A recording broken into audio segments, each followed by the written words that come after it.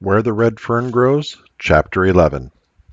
I had often wondered what old Dan would do if little Ann got into some kind of predicament. One night I got my answer. For several days a northern blizzard had been blowing.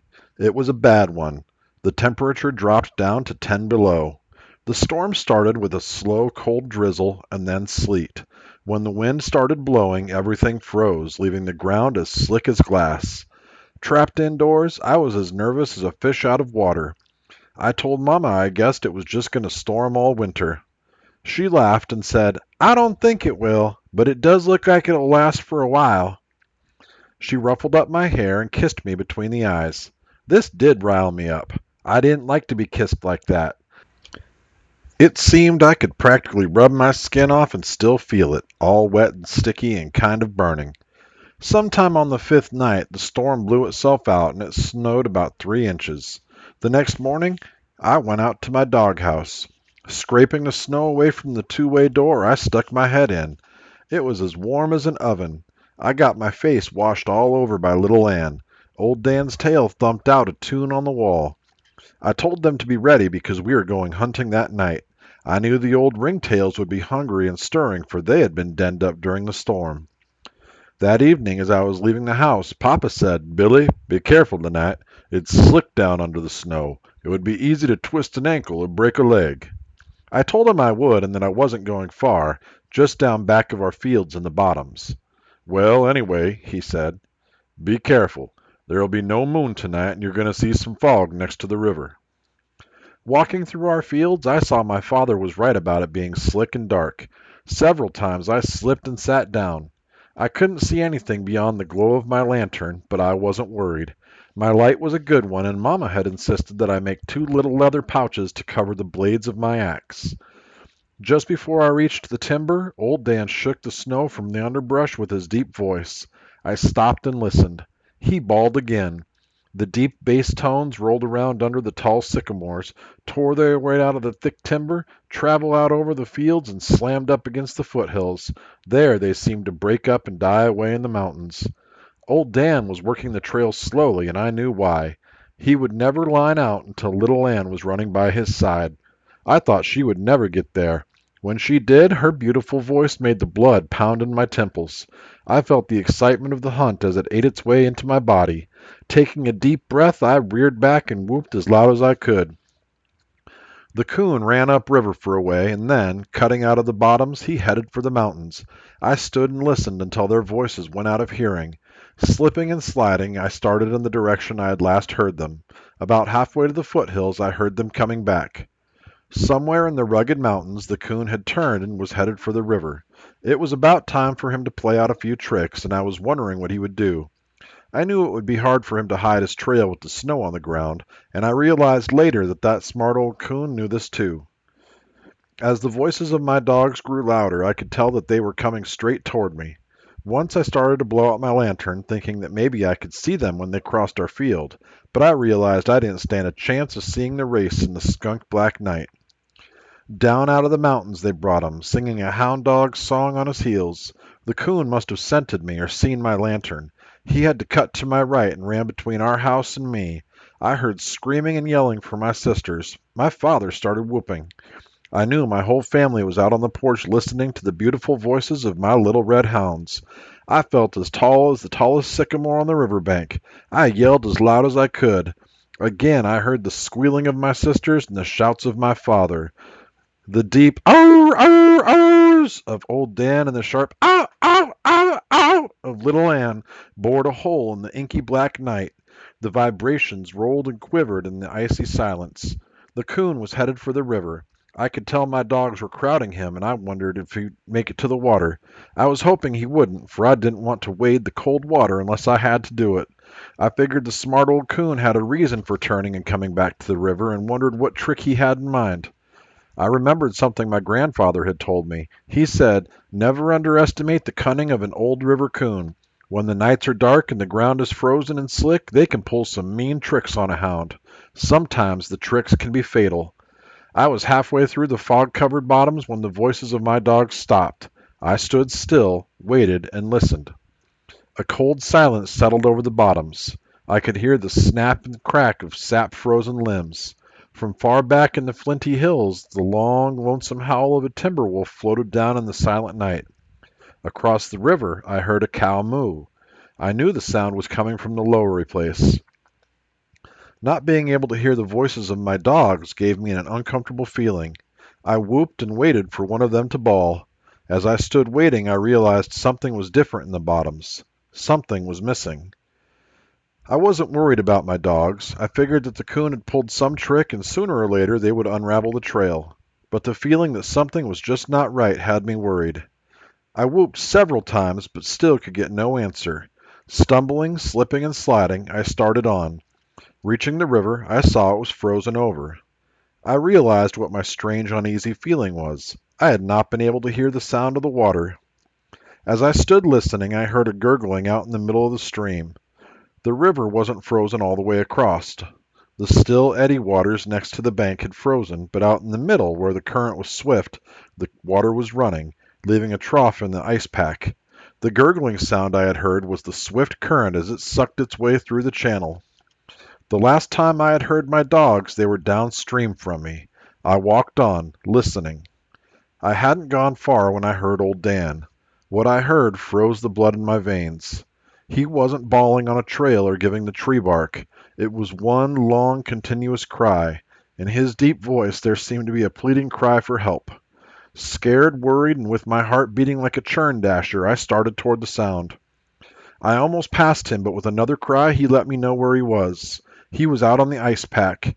I couldn't see him for the fog. I called to him, and he answered with a low whine. Again I called his name. This time he came to me. He wasn't the same dog. His tail was between his legs, and his head was bowed down. He stopped about 7 feet from me. Sitting down on the ice, he raised his head and howled the most mournful cry I had ever heard. Turning around, he trotted back out on the ice and disappeared in the fog. I knew something had happened to little Ann. I called her name. She answered with a pleading cry. Although I couldn't see her, I guessed what had happened. The coon had led them to the river. Running out on the ice, he had leaped across the trough. My dogs, hot on the trail, had followed. Old Dan, a more powerful dog than Little Ann, had made his leap. Little Ann had not made it. Her small feet had probably slipped on the slick ice, and she had fallen into the icy waters. Old Dan, seeing the fate of his little friend, had quit the chase and come back to help her. The smart old coon had pulled his trick, and a deadly one it was. I had to do something. She would never be able to get out by herself. It was only a matter of time until her body would be paralyzed by the freezing water. Laying my axe down, I held my lantern out in front of me and stepped out on the ice. It started cracking and popping. I jumped back to the bank. Although it was thick enough to hold the light weight of my dogs, it would never hold me. Little Ann started whining and begging for help. I went all to pieces and started crying. Something had to be done, and done quickly, or my little dog was lost. I thought of running home for a rope or for my father, but I knew she couldn't last until I got back. I was desperate. It was impossible for me to swim in the freezing water. I wouldn't last for a minute. She cried again, begging for the one thing I couldn't give her, help.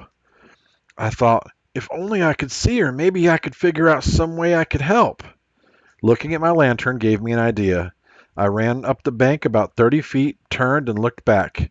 I could see the light, but not well, but enough for what I had in mind. I grabbed my lantern and axe and ran for the bottoms. I was looking for a stand of wild cane. After what seemed like ages, I found it.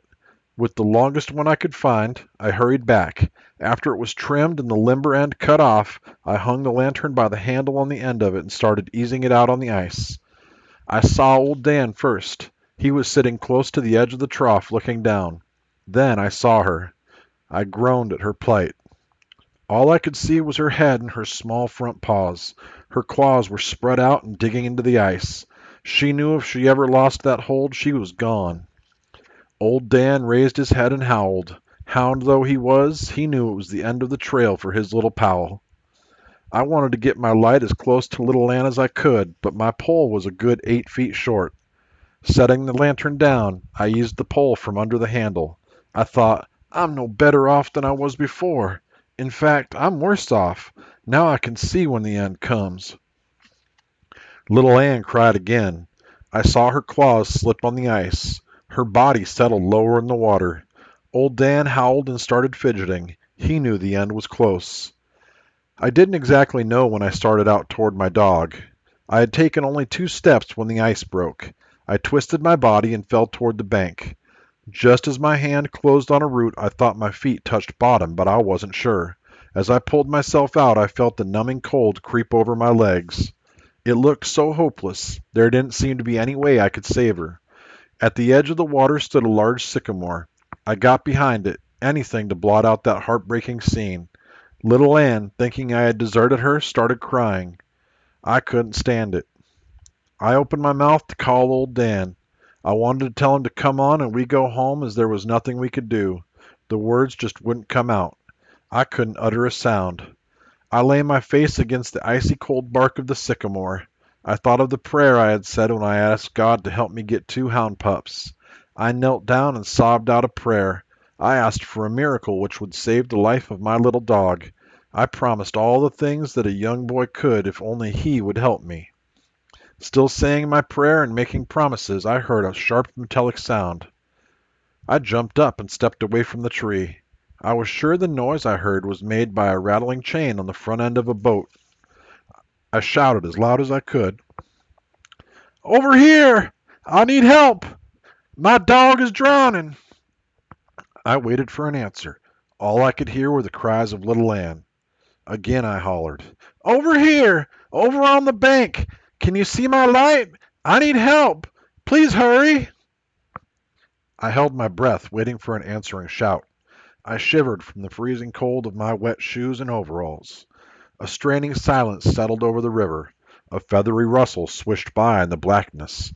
A flock of low-flying ducks had been disturbed by my loud shouts. I strained my ears for some sound. Now and then I could hear the lapping slap of the ice-cold water as it swirled its way through the trough. I glanced to little Ann. She was still holding on, but I saw her paws were almost at the edge. I knew her time was short. I couldn't figure out what I had heard. The sound was made by metal striking metal, but what was it? What could have caused it? I looked at my axe. It couldn't have made the sound as it was too close to me. The noise had come from out in the river. When I looked at my lantern, I knew that it had made the strange sound. I had left the handle standing straight up when I had taken the pole away. Now it was down. For some unknown reason, the stiff wire handle had twisted in the sockets and dropped. As it had fallen, it had struck the metal frame, making the sharp metallic sound I had heard. As I stared at the yellow glow of my light, the last bit of hope faded away. I closed my eyes, intending to pray again for the help I so desperately needed. Then, like a blinding red flash, the message of the lantern bored its way into my brain. There was my miracle. There was the way to save my little dog. In the metallic sound I had heard were my instructions. They were so plain I couldn't help but understand them. The bright yellow flame started flickering and dancing. It seemed to be saying, "Hurry! You know what to do." Faster than I had ever moved in my life, I went to work. With a stick, I measured the water in the hole where my feet had broken through the ice. I was right. My foot had touched bottom. 18 inches down, I felt soft mud. With my pole, I fished the lantern back to the bank. I took the handle off, straightened it out, and bent a hook in one end. With one of my shoelaces, I tied the wire to the end of the cane pole. I left the hook sticking out about 6 inches beyond the end of it. I started shouting encouragement to little Ann. I told her to hang on and not to give up, for I was going to save her. She answered with a low cry. With the hook stuck in one of the ventilating holes in the top of my light, I lifted it back out on the ice and set it down. After a little wiggling and pushing, I worked the hook loose and laid the pole down. I took off my clothes, picked up my axe, and stepped down into the hole in the icy water. It came to my knees. Step by step, breaking the ice with my axe, I waded out. The water came up to my hips and then to my waist. The cold bite of it took my breath away. I felt my body grow numb. I couldn't feel my feet at all, but I knew they were moving. When the water reached my armpits, I stopped and worked my pole out toward little Ann. Stretching my arms out as far as I could, I saw I was still a foot short. Closing my eyes and gritting my teeth, I moved on. The water reached my chin. I was close enough. I started hooking at the collar of little Ann. Time after time I felt the hook almost catch. I saw I was fishing on a wrong angle. She had settled so low in the water I couldn't reach her collar. Raising my arms above my head so the pole would be on a slant, I kept hooking and praying. The seconds ticked by. I strained for one more inch. The muscles in my arms grew numb from the weight of the pole. Little Ann's claws slipped again. I thought she was gone. At the very edge of the ice she caught again. All I could see now were her small red paws and her nose and eyes. By old Dan's actions I could tell he understood and wanted to help. He ran over close to my pole and started digging at the ice. I whopped him with the cane. That was the only time in my life I ever hit my dog. I had to get him out of the way so I could see what I was doing. Just when I thought my task was impossible, I felt the hook slide under the tough leather. It was none too soon. As gently as I could, I dragged her over the rim of the ice. At first, I thought she was dead. She didn't move. Old Dan started whining and licking her face and ears. She moved her head. I started talking to her. She made an effort to stand, but couldn't. Her muscles were paralyzed and the blood had long since ceased to flow. At the movement of little Ann, old Dan threw a fit. He started barking and jumping. His long red tail fanned the air. Still holding on to my pole, I tried to take a step backward. My feet wouldn't move. A cold, gripping fear came over me. I thought my legs were frozen. I made another effort to lift my leg. It moved. I realized that my feet were stuck in the soft, muddy bottom. I started backing out, dragging the body of my little dog. I couldn't feel the pole in my hands. When my feet touched the icy bank, I couldn't feel that either. All the feeling in my body was gone. I wrapped little Ann in my coat and hurried into my clothes. With the pole, I fished my light back. Close by was a large drift. I climbed up on top of it and dug a hole down through the ice and snow until I reached the dry limbs. I poured half of the oil in my lantern down into the hole and dropped in a match. In no time, I had a roaring fire. I laid little Ann close to the warm heat and went to work. Old Dan washed her head with his warm red tongue while I massaged and rubbed her body. I could tell by her cries when the blood started circulating. Little by little her strength came back. I stood her on her feet and started walking her. She was weak and wobbly, but I knew she would live. I felt much better and breathed a sigh of relief. After drying myself out the best I could, I took the lantern handle from the pole, bent it back to its original position, and put it back on the lantern. Holding the light out in front of me, I looked at it. The bright metal gleamed in the firelight glow. I started talking to it. I said, "Thanks, old lantern, more than you'll ever know. I'll always take care of you. Your globe will always be clean and there'll never be any rust or dirt on your frame." I knew if it had not been for the miracle of the lantern, my little dog would have met her death on that night. Her grave would have been the cold, icy waters of the Illinois River. Out in the river, I could hear the cold water gurgling in the icy trough. It seemed to be angry. It hissed and growled as it tore its way through the channel. I shuddered to think of what could have happened. Before I left for home, I walked back to the sycamore tree. Once again, I said a prayer, but this time the words were different. I didn't ask for a miracle. In every way a young boy could, I said thanks. My second prayer wasn't said with just words. All my heart and soul was in it. On my way home, I decided not to say anything to my mother and father about little Ann's accident. I knew that it would scare Mama and she might stop my hunting. Reaching our house, I didn't hang the lantern in its usual place. I took it to my room and set it in a corner with the handle standing up. The next morning I started sneezing and came down with a terrible cold. I told Mama I had gotten my feet wet. She scolded me a little and started doctoring me. For 3 days and nights I stayed home. All this time I kept checking the handle of the lantern. My sisters shook the house from the roof to the floor with their playing and romping, but the handle never did fall. I went to my mother and asked her if God answered prayers every time one was said. She said, "No, Billy, not every time. He only answers the ones that are said from the heart. You have to be sincere and believe in Him." She wanted to know why I had asked. I said, "Oh, I just wondered and wanted to know." She came over and straightened my suspenders, saying, "That was a very nice question for my little Daniel Boone to ask." Bending over, she started kissing me. I finally squirmed away from her, feeling as wet as a dirt dauber's nest. My mother never could kiss me like a fellow should be kissed. Before she was done, I was kissed all over. It always made me feel silly and baby-like. I tried to tell her that a coon hunter wasn't supposed to be kissed that way, but Mama never could understand things like that. I stomped out of the house to see how my dogs were.